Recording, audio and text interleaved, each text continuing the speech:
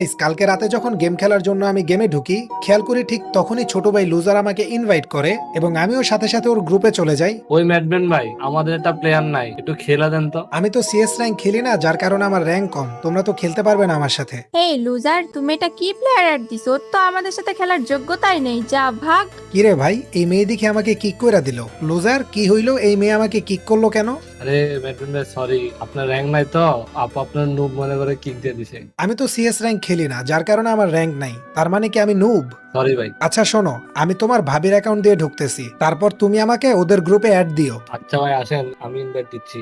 Guys, Safira gaming যে আমাকে kick দিল, এটার জবাব কিন্তু এখন ওকে দিতেই হবে। তারপর কিন্তু গাইজ আমি তৃষার অ্যাকাউন্ট লগ ইন করে ফেলি এবং লগ ইন করার পরেই কিন্তু লুজার আবার আমাকে ইনভাইট দেয় এবং আমিও সাথে সাথে ওর গ্রুপে চলে যাই। এবং যেহেতু এই অ্যাকাউন্টে আমার র্যাঙ্ক হিরোইক, সেহেতু কিন্তু সাফিরা গেমিং আমাকে নিয়ে একটা সিএস র্যাঙ্ক স্টার্ট করে দেয় এবং গেমের ভিতরে কিন্তু আমি একটা সিচুয়েশন পাই যেখানে আমি আমার গেম প্লে দেখাইতে পারবো। খেয়াল করে দেখো, এখানে কিন্তু আমার টিমের 3জনই মরে গেছে, আমি একা বেঁচে আছি। তো তখন ওদের কথাগুলো তোমরা একটু শোনো।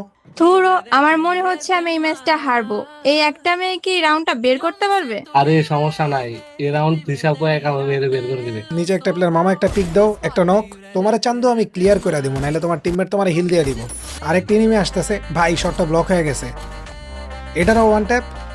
বাইচে আছে আর দুইটা। ভাই 30-এর অ্যাকাউন্টে তো নিরো নেওয়া।